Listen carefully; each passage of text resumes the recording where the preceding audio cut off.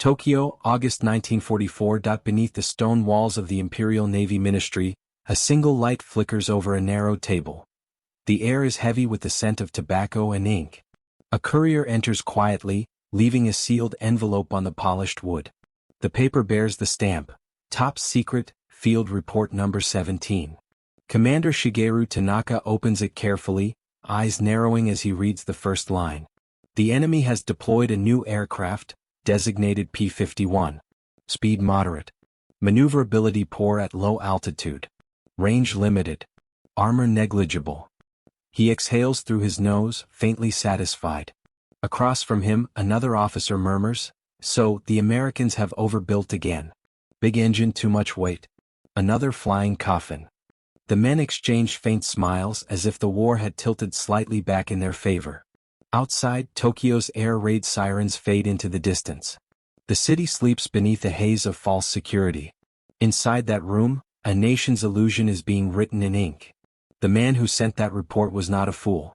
His name was Kenta Nakamura, codename Hawk, a field agent stationed near Clark Field in the Philippines.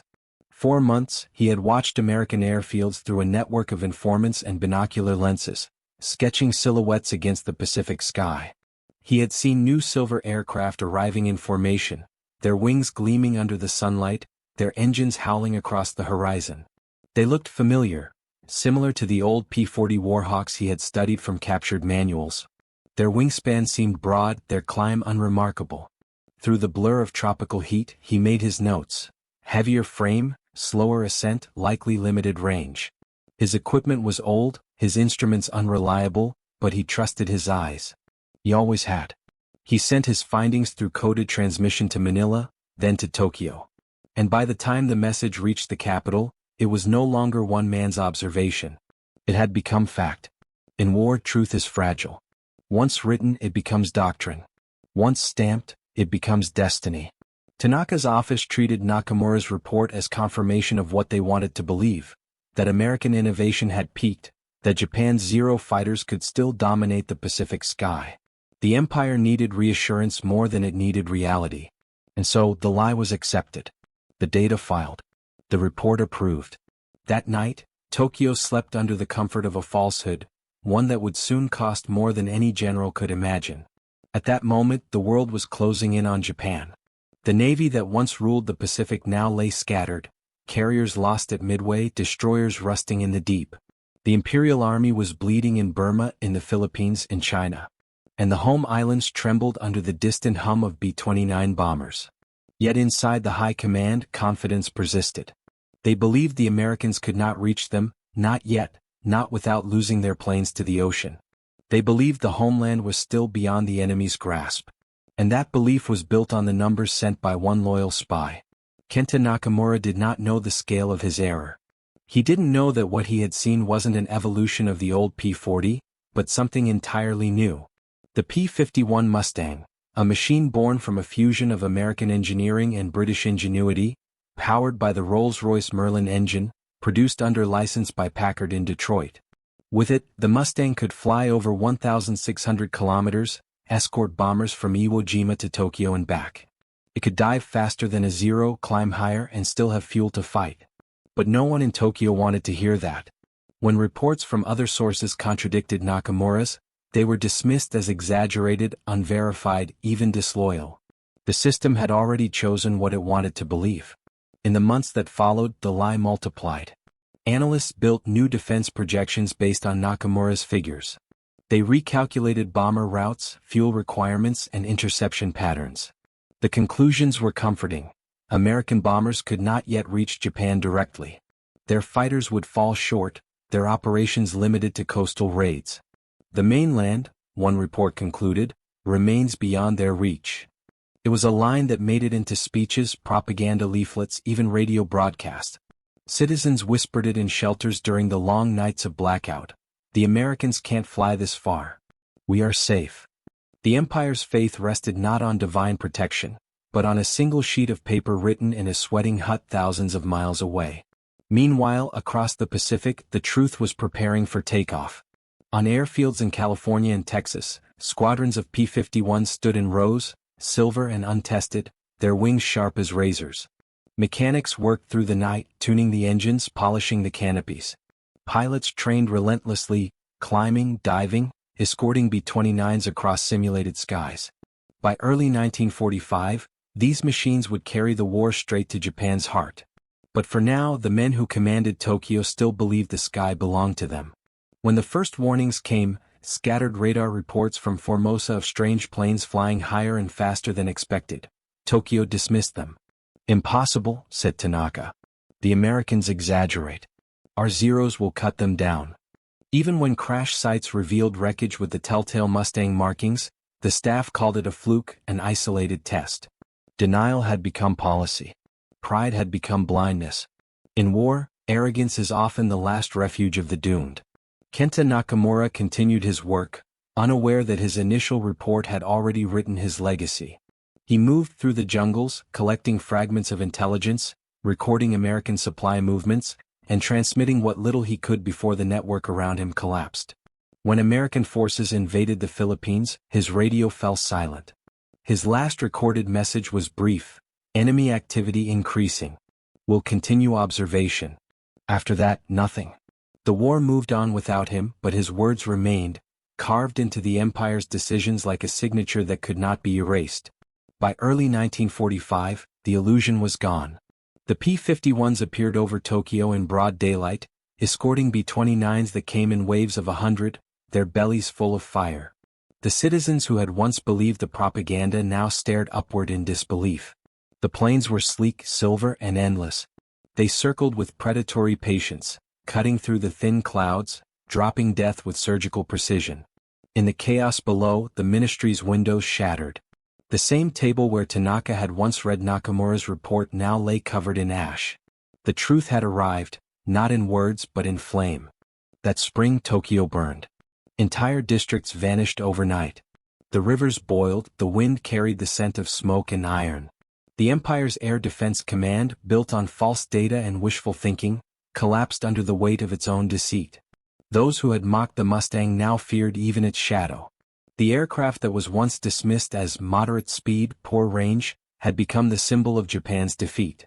In every scream from the streets, there was the echo of that first report, those few lines of ink that had given birth to a nation's final delusion. Kenta Nakamura never knew the scale of the disaster. He was presumed dead when Manila fell, his body never recovered. Some say he was captured. Others believe he vanished into the jungle, his radio still tuned to static. His file was sealed, his name struck from records. But in the years after the war, Allied analysts reviewing intercepted Japanese communications found his transmission, catalogued under non-critical intelligence. It was short, efficient, and wrong. One historian would later call it the most consequential miscalculation of Japan's air war. And yet, Nakamura's story is not one of betrayal, but of tragedy. He had done exactly what he was trained to do: observe, report, obey. The failure was not his alone. It was the failure of a system that prized certainty over skepticism, obedience over truth.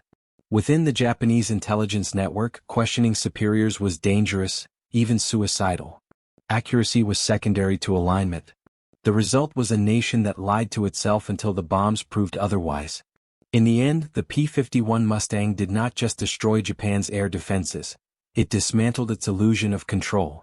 Years later, when American occupation officials declassified the captured Japanese archives, they found a phrase repeated in the final intelligence summaries of 1945: enemy aircraft activity beyond estimated range.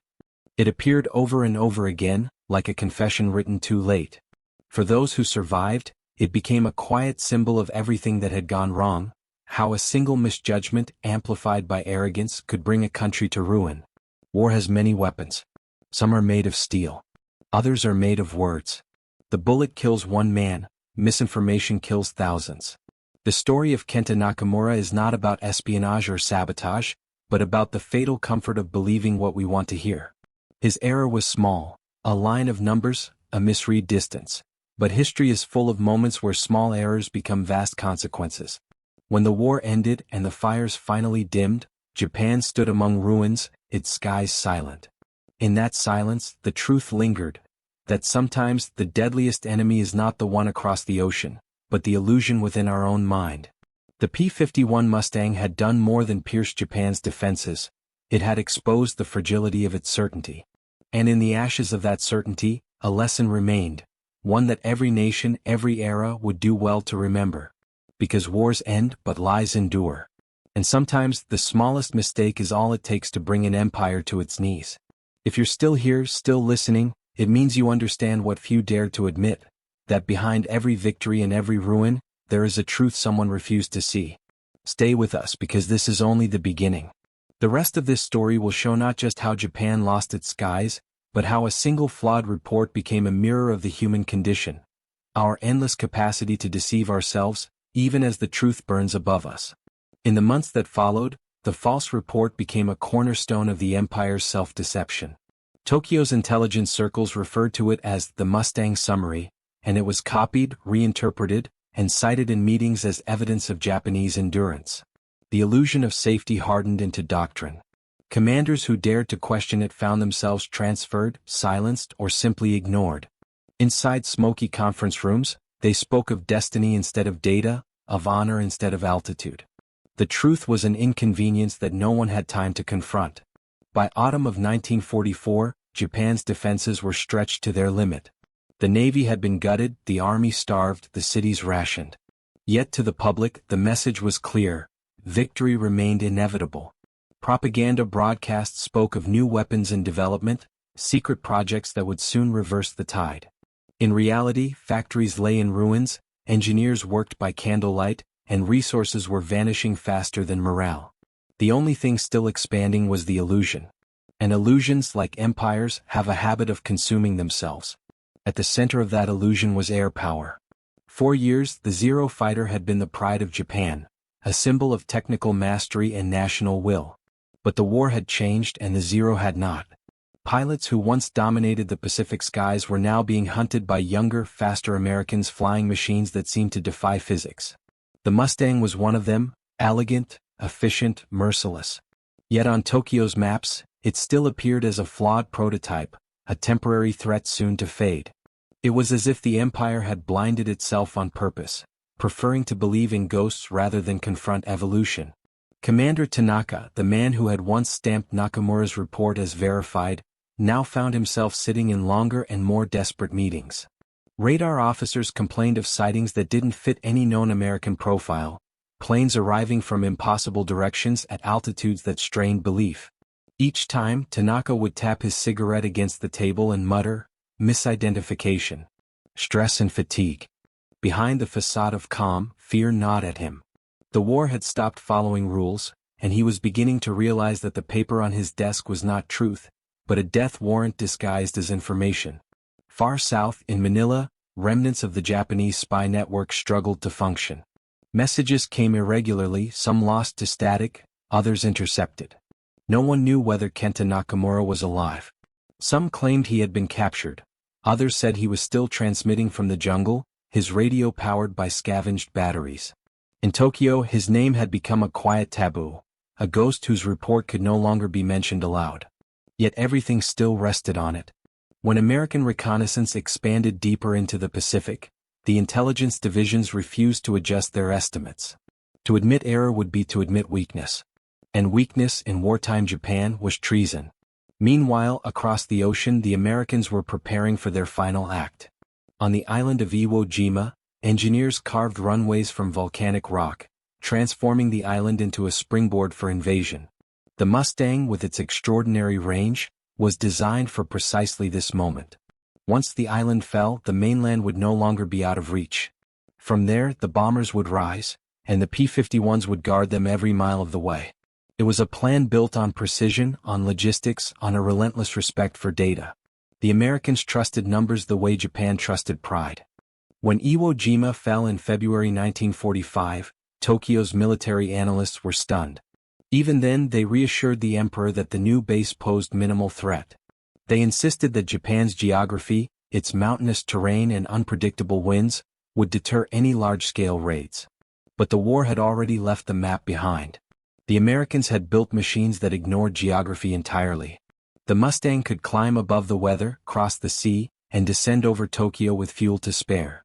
The myth of safety had finally met the reality of technology. The first raid came before dawn.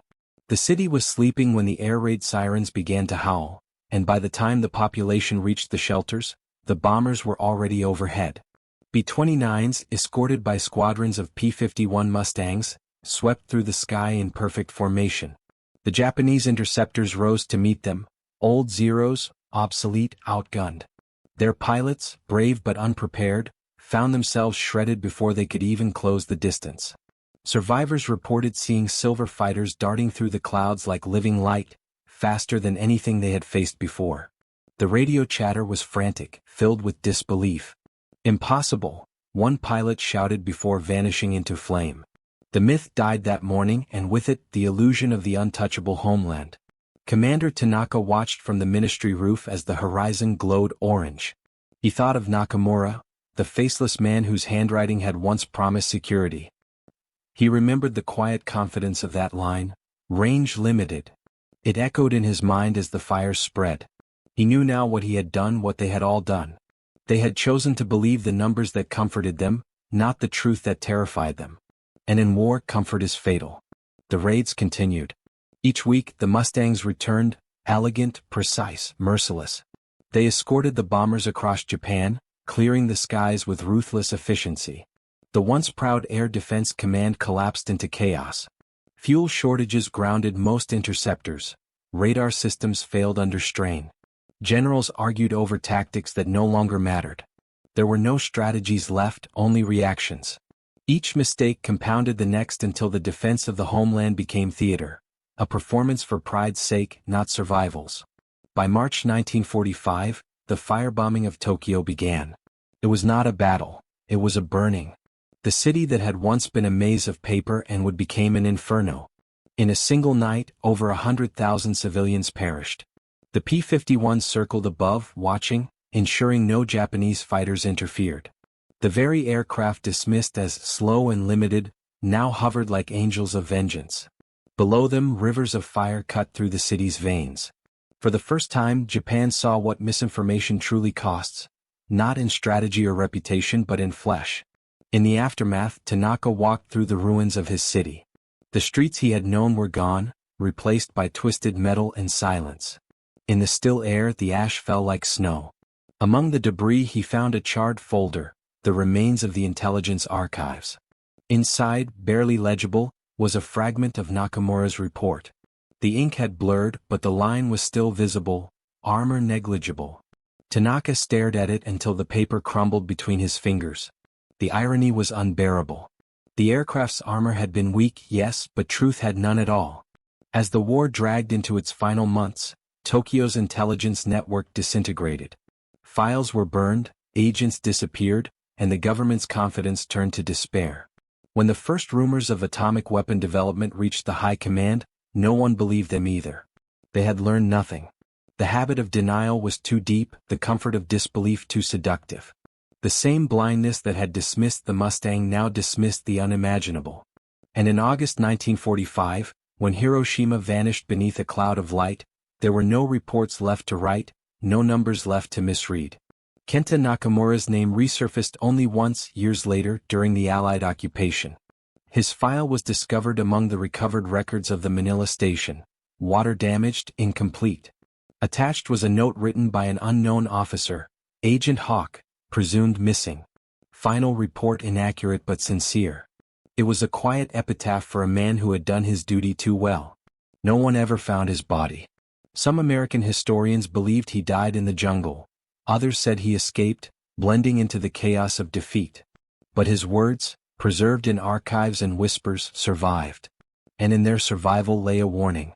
After the war, when the ashes settled and Japan began to rebuild, former officers avoided speaking of the Mustang incident. They called it the paper war, a metaphor for how information, not artillery, had undone them. In private, some admitted the truth. They had known the report was flawed, but they had feared contradicting it. They had feared being wrong more than being destroyed. And so, they had chosen destruction. History has a cruel symmetry. The same nation that once dismissed the power of a single aircraft would later rebuild itself through precision and truth, the very principles it had ignored. Engineers who once designed Zeros would go on to build commercial planes, studying every measurement with humility. They learned, slowly, that numbers mean nothing without honesty. In that sense, Kenta Nakamura's mistake became the seed of Japan's post-war rebirth, an unspoken lesson that perfection begins where pride ends. Decades later, in a Tokyo that glittered with neon instead of fire, a museum curator found a piece of metal buried near the old ministry site. It was small, twisted, barely recognizable. Tests confirmed it was part of a P-51 Mustang's fuselage, likely from one of the first raids. The fragment was placed in a glass case labeled simply, "The plane they said couldn't reach Tokyo." Visitors passed by it quietly, unaware of the irony. But somewhere, perhaps in the quiet of history, the ghost of Kenta Nakamura might have understood. The truth he failed to see had finally become undeniable. The story of the Mustang misreport is not just about a spy or a plane. It is about the eternal battle between belief and evidence, between comfort and clarity. Every nation, every generation faces that same choice: to see the world as it is or as we wish it to be. In 1944, Japan chose the latter. And the sky punished them for it. The world remembers wars through victories and defeats, through generals and battles. But the quieter wars, the ones fought in ink, in silence, in the margins of reports, are the ones that define civilizations. Kenta Nakamura never fired a weapon, yet his pen changed the course of history. His numbers became fire.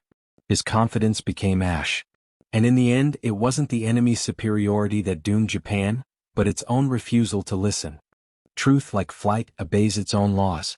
You can deny gravity for a while, but eventually the fall comes. The P-51 Mustang was just a plane, a machine of metal, fuel, and ambition. But for Japan it became something else, the mirror of its delusion. A reflection of what happens when pride writes the reports and fear signs them. And so, as history closes this chapter, one lesson remains carved into the silence that followed the war: that every empire dies the same way, not when it runs out of soldiers or weapons, but when it stops believing in the truth. When the firestorms faded and the smoke settled over Tokyo, the empire found itself staring into a mirror it could no longer recognize. The air that once carried songs of triumph now reeked of ash. Entire neighborhoods had vanished overnight. The survivors spoke in whispers, their voices hoarse, as if the truth itself were too dangerous to say aloud. In the offices of the remaining military ministries, men in uniform sifted through the ruins of their own paperwork, trying to make sense of numbers that no longer mattered. The empire had trusted reports over reality, and now there was nothing left to report. Commander Shigeru Tanaka spent his mornings staring at the horizon from what was left of the ministry rooftop. Where skyscrapers had stood, there were only blackened stumps. Where air raid balloons had once floated, there was open sky. The P-51s no longer came, not because Japan had defeated them but because there was nothing left to destroy. He sometimes wondered if Kenta Nakamura had survived, if somewhere in the jungle a man was still transmitting false hope into dead air. The thought haunted him. It was easier to believe the spy was dead than to face the fact that his lie was still alive. The generals began to fragment. Some clung to the myth of resistance, convinced that the Americans would tire before reaching the home islands. Others quietly began to doubt. But in a culture that equated doubt with betrayal, even a flicker of honesty was fatal. The emperor's ministers demanded new plans, new projections, new reassurances. And so the intelligence division, reduced, exhausted, hollow, produced them. They filled the pages with numbers they no longer believed, graphs that pointed upward even as reality fell apart. On paper, Japan still had strength. On the ground, it had only ghosts. In a small village north of Osaka, air raid survivors huddled around a battered radio. The broadcast was calm, almost serene. "Our forces continue to resist with honor," the announcer said. "The enemy has suffered heavy losses. The mainland remains secure." No one spoke. The women listened with blank faces, their eyes fixed on the radio as if it were a funeral service. They knew the voice was lying. But the lie was all they had left. When the truth becomes unbearable, even falsehoods can feel like mercy. Meanwhile, across the Pacific, the American airmen wrote their own reports, clear, precise, brutally honest. Pilots recorded every mission, every engine failure, every kill. They analyzed data the way surgeons study blood. For them, the Mustang was not just a plane but a process, a system refined through feedback, adjusted by truth. Each mission made the next one deadlier. By the time the war reached its final months, the Mustang was a symbol of inevitability. Its pilots no longer wondered if they would reach Japan. They wondered how long Japan could continue pretending it hadn't already lost.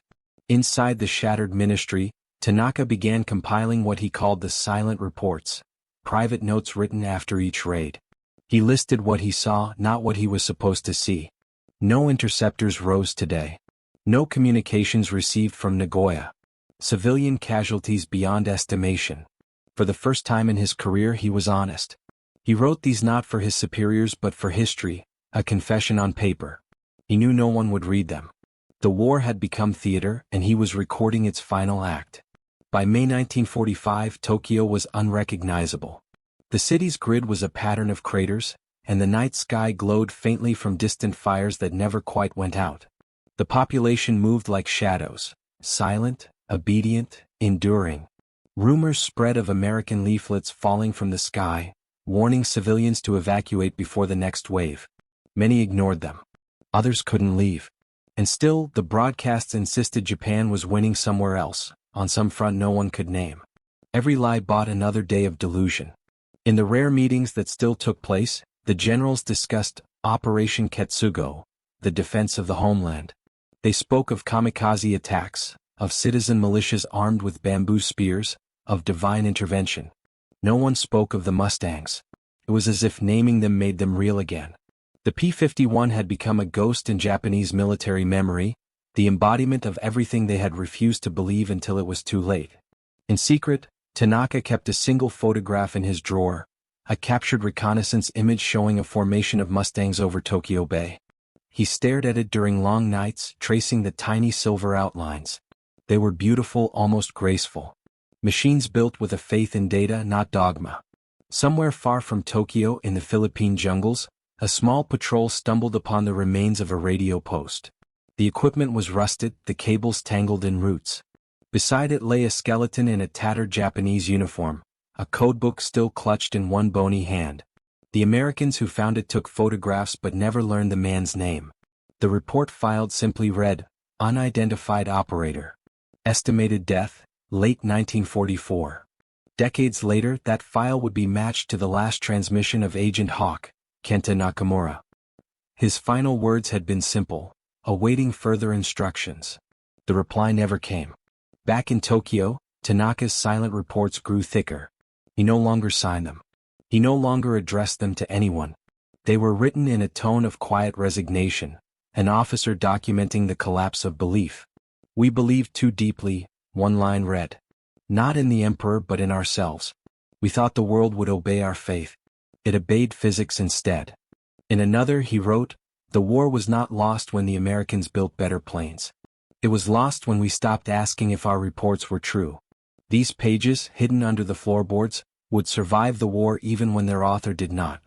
By summer the raids became routine. The sound of engines overhead no longer inspired panic.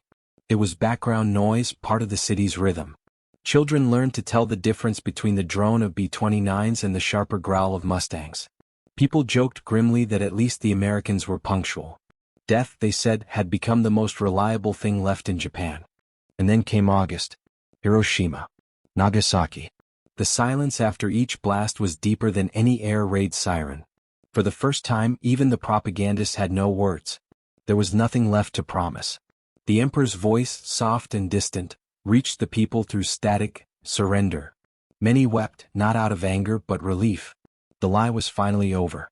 When Allied forces entered Tokyo, they found the ministry's ruins buried under rubble. Among the debris, a young translator discovered Tanaka's hidden notes. He couldn't read all of it, the ink had bled from rain, but he understood enough. "Truth ignored becomes a weapon turned inward," one line said. The translator paused, looked around at the wreckage and quietly folded the page into his pocket. He would keep it for the rest of his life. The Americans cataloged every surviving Japanese intelligence file. The one labeled Mustang Report, Field Agent 17, was archived without commentary. To them it was a curiosity, a relic of a fallen system. But to historians decades later, it became a case study, the anatomy of misinformation. They traced how one man's observation became official truth, how confirmation bias infected an entire chain of command, how a single misreading of range and speed could reshape the strategy of a nation. It was, as one researcher put it, a perfect storm of pride and error. Years after the war, during Japan's reconstruction, Tanaka's silent reports were published anonymously in an academic journal. They sparked controversy. Some accused them of dishonoring the dead, others praised them for honesty. The essays were clinical, almost poetic, written without self-defense. One passage read, "I have learned that courage is not dying for your country.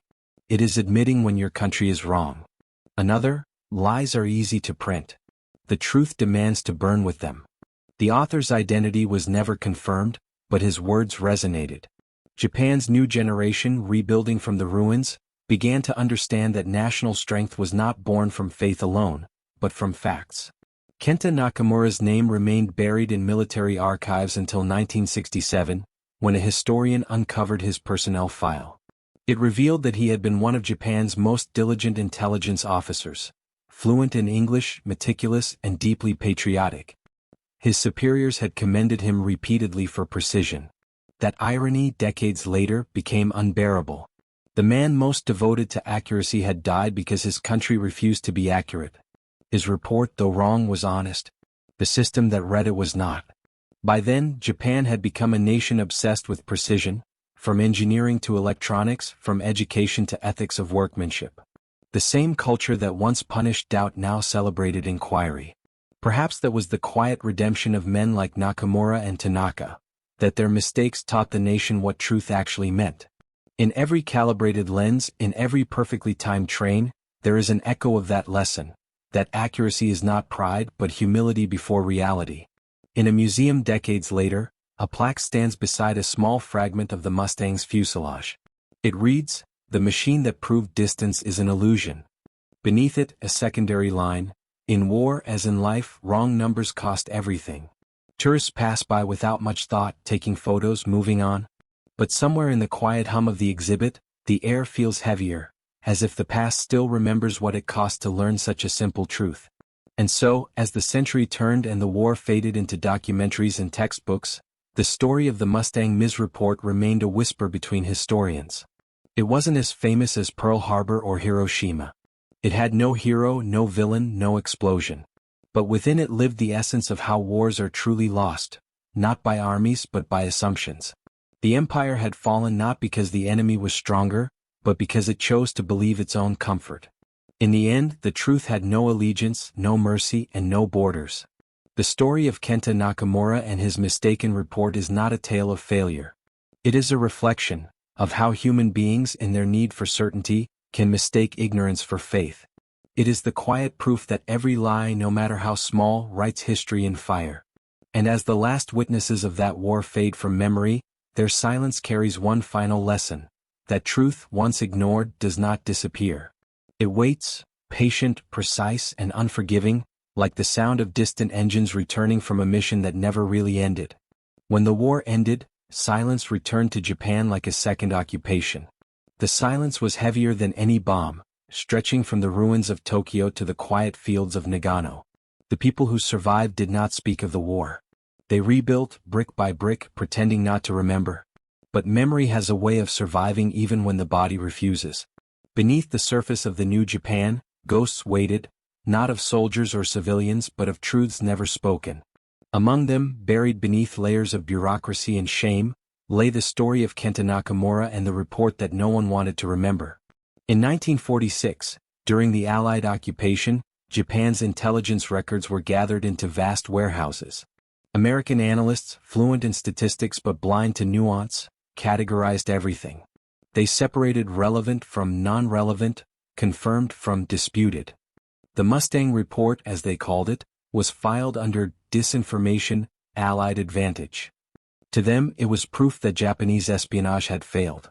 They didn't see the tragedy inside it, a loyal man trapped in a system that made truth impossible. To the Americans, the report was another piece of evidence in a puzzle they had already solved. To the Japanese, it was a mirror too painful to look into. Commander Tanaka was among those questioned by occupation authorities. By then he was a hollow man, thin, tired, stripped of his uniform. He sat in a cold room with an interpreter and an American officer who asked him, Why did your intelligence fail? Tanaka hesitated before answering. It did not fail, he said softly. It obeyed. The officer frowned, unsure what he meant. But Tanaka did not elaborate. He had learned that truth spoken too late is just another form of noise. When he was released, he returned to what was left of his home and began writing. The notebooks he filled during those years were never published in his lifetime.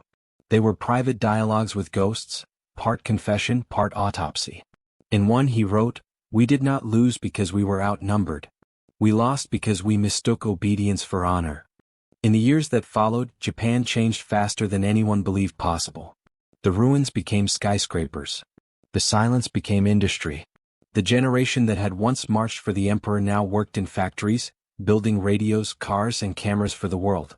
The war receded into black and white photographs, a history lesson more than a memory.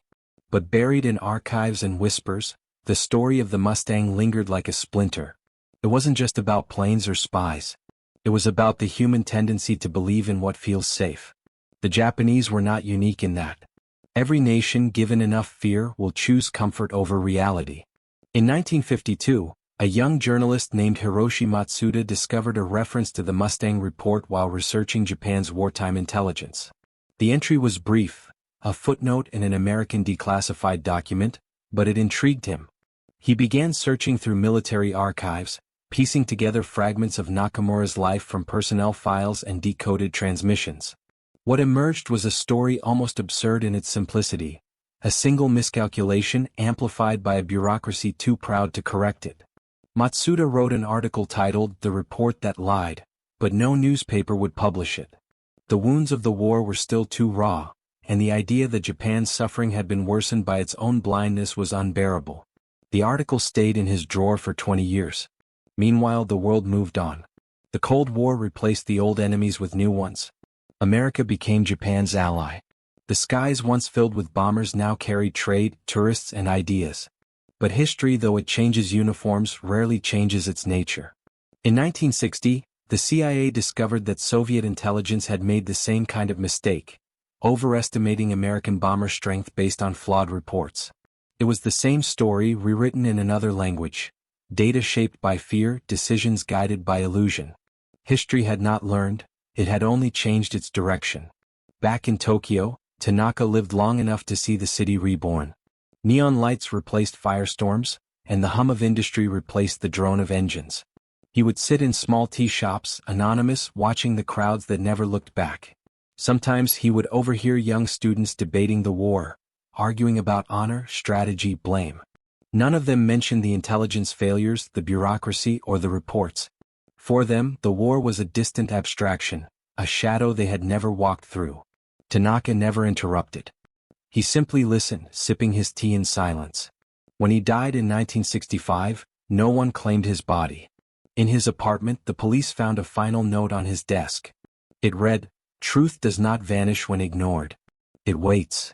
That same year, Hiroshi Matsuda finally published his story.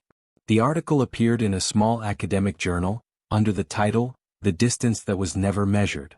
It recounted the Mustang misreport and the chain of errors it triggered, but more importantly, it asked a question that no one else had dared to ask. How many of our deaths were caused not by the enemy's strength, but by our refusal to see? The article caused quiet outrage. Veterans called it dishonorable. Scholars called it necessary. For the first time, Japan began to confront the invisible wounds of misinformation, not just in war but in the human heart. In the following decade, the story reached classrooms, documentaries, and books. The figure of Kenta Nakamura became a symbol, not of failure but of tragic loyalty. He represented every individual who told the truth as they saw it, only to have it distorted by those above. Artists and filmmakers began to explore the theme. One film, produced in 1978, depicted Nakamura as a haunted figure, sending messages into static, aware that no one believed him. It ended not with his death but with silence, the same silence that had consumed Japan after surrender. The film won awards abroad but was quietly ignored at home. As decades passed, the meaning of the story evolved. Younger generations saw it as a cautionary tale about systems and truth. Engineers and scientists used it as a metaphor for the importance of accuracy, for the humility to question one's own data. Even in business schools, professors referenced the Mustang effect, the phenomenon where confirmation bias blinds decision-makers to reality until it is too late. What had once been shame became lesson. What had once been silence became structure. Yet the ghosts never fully left. In interviews recorded in the 1980s, former intelligence officers spoke with trembling voices. One said, "We wanted to be right more than we wanted to be honest." Another whispered, "I still dream of those planes, silver and endless." They were not confessing crimes. They were confessing humanity. For in the end, that was what the war had revealed.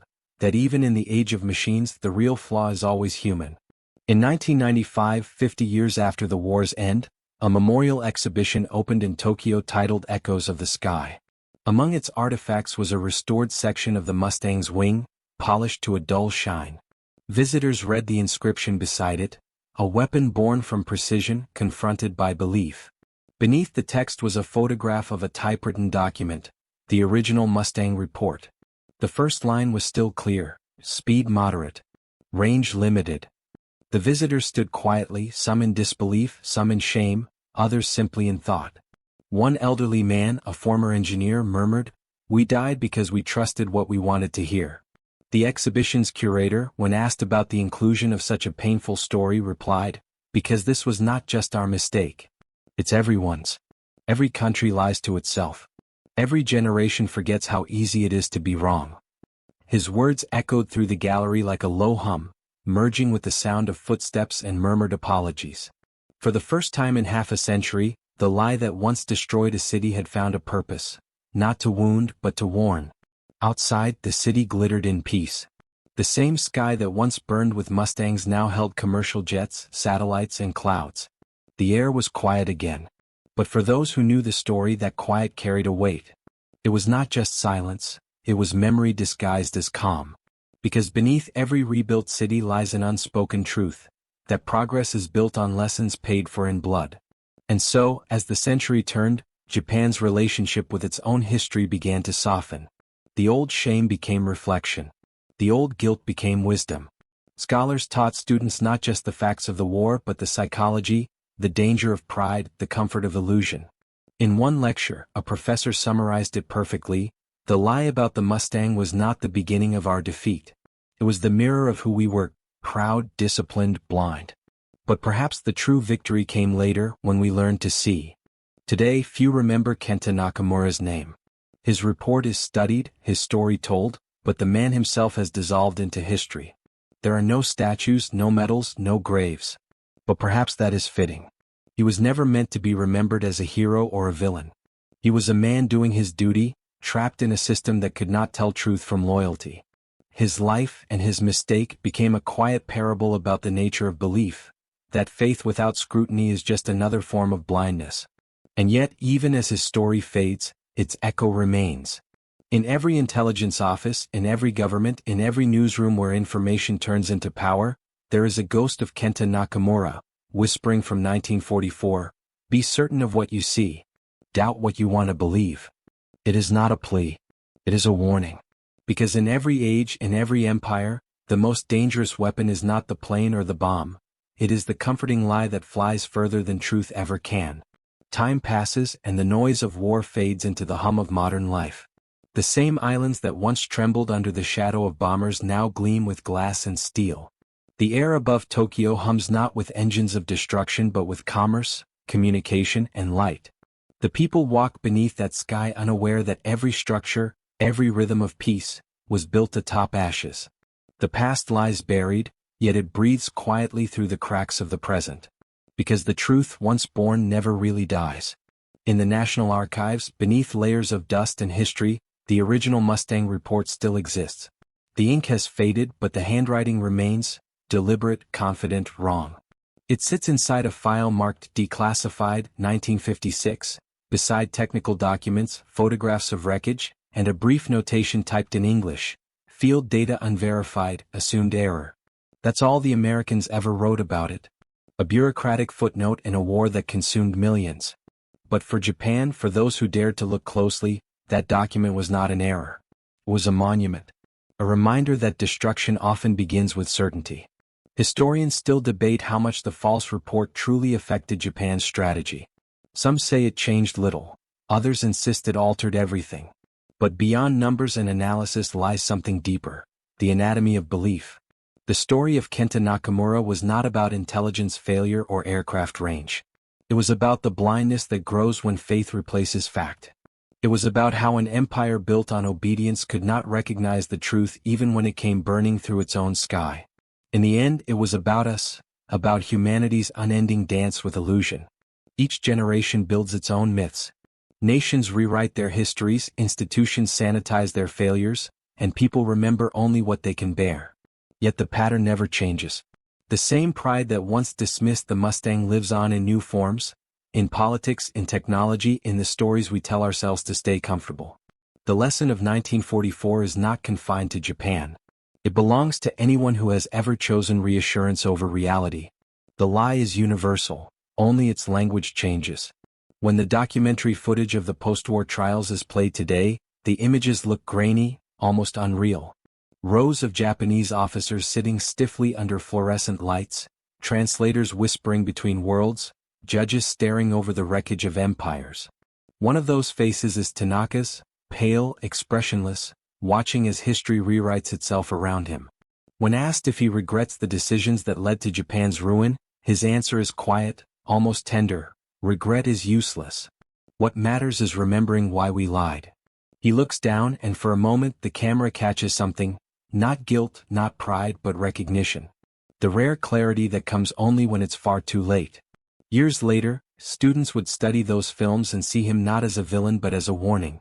They would learn that truth is not the enemy of loyalty, it is its only foundation. Without it, even devotion becomes destruction. The same lesson ripples through time, resurfacing whenever leaders, corporations, or entire societies convince themselves that the facts can be bent without consequence. The names change, the tools evolve, but the mechanism remains the same. Someone sends a report, someone verifies it, someone believes. And then, somewhere, something burns. In a university lecture hall decades later, a professor tells his students the story of the Mustang report. His voice is calm, detached, but his eyes are fierce. This, he says, holding up a facsimile of the original document, is how nations destroy themselves. Not through invasion, not through poverty, but through the quiet decay of truth. A lie written here, he taps the page, can kill 1,000 miles away. The room is silent. No one moves. The students are young, born into peace, but they feel the weight of the paper like gravity. It is the same gravity that pulled Kenta Nakamura toward his fatal certainty 80 years before. The professor pauses before continuing. Information is not power. It's responsibility. Power is what happens when we stop questioning. His words linger in the still air, and for a moment, it feels as if the ghosts of the past are listening, nodding in agreement. Because history at its core is not about what happened, it's about what we learned or refused to learn. Outside, the city lights flicker like stars brought down to earth. The sky is calm again, but not empty. High above, passenger jets trace white scars through the blue, following the same paths once taken by bombers. Each flight a quiet defiance of gravity, each descent a symbol of progress born from pain. The P-51 Mustang, long retired, sits in museums and hangars, polished, restored, admired. To most, it is just a machine. To some, it is something more, the ghost of a question still unanswered: how could we have been so wrong? In a hangar in California, one Mustang still flies. Its owner, an aging pilot, keeps it immaculate. Every year he takes it up into the open air, soaring over the Pacific coastline. When asked why he continues, he always gives the same reply: because up there you can't lie to yourself. The sky tells the truth. He doesn't mean it as poetry, but it is. The truth, like flight, is merciless. It doesn't care about belief or intention. It just is. And those who forget that are doomed to fall. In the end, Kenta Nakamura's story is not one of shame but of humanity. He did what countless others have done before and after him. He mistook perception for reality, duty for truth. He believed in his eyes, and his superiors believed in his certainty. It was a chain of faith that led to fire. But within that tragedy lies something redemptive. Because if a lie can shape history, then so can the courage to face it. Every truth we uncover, no matter how late, weakens the hold of the past. Today, when historians mention the Mustang report, they often close with the same reflection. That information, like war, is never truly over. The battle between fact and belief continues, in every government, every screen, every human mind. And somewhere within that struggle, the ghost of a long-dead spy still whispers through static. Check your numbers. Question your certainty. It is both warning and prayer. The final surviving copy of Nakamura's report is preserved behind glass in the Defense Research Archive. Visitors rarely stop to read it. The ink is faded, the handwriting foreign, the paper yellowed with time. But for those who do, the first line still carries an echo of destiny. The enemy has deployed a new aircraft, designated P-51. Beneath that line, an error that changed the world. Above it, the weight of a lesson no one can afford to forget. History does not end, it circles. The same patterns repeat in quieter forms, in headlines, in data, in decisions made behind closed doors. The faces are different, the stakes disguised, but the equation remains. When truth becomes inconvenient, lies fill the silence. And every time someone like Nakamura is there, believing, obeying, reporting, unaware that their certainty will become someone else's ruin. It is the oldest story humanity tells, written not in victory or defeat, but in misunderstanding. As the credits of time roll forward, one image remains, the sky over Tokyo, once filled with fire, now calm and blue. Beneath it, millions of people living, building, dreaming, unaware that every breath of peace they take carries a ghost's whisper. The engines that once brought death have long fallen silent, but the sound they left behind, that low, relentless hum of belief colliding with truth, still echoes across the ages. It is not the sound of war. It is the sound of memory. And so, as the story of Kenta Nakamura and the Mustang fades into history's deep silence, one truth remains unshaken. Empires fall, weapons rust, names disappear. But the war between fact and faith, between what we see and what we wish to see, never ends. It simply changes uniforms. In the end, perhaps that is what history truly is. Not a record of what happened, but a reminder of what must never happen again. The last words belong not to generals or historians, but to the silence itself. The silence that followed the bombs, the silence that waited after the lies. It says nothing, but it means everything. Because in that silence, truth waits. Patient, precise, unafraid. Waiting for someone, anyone, to finally listen.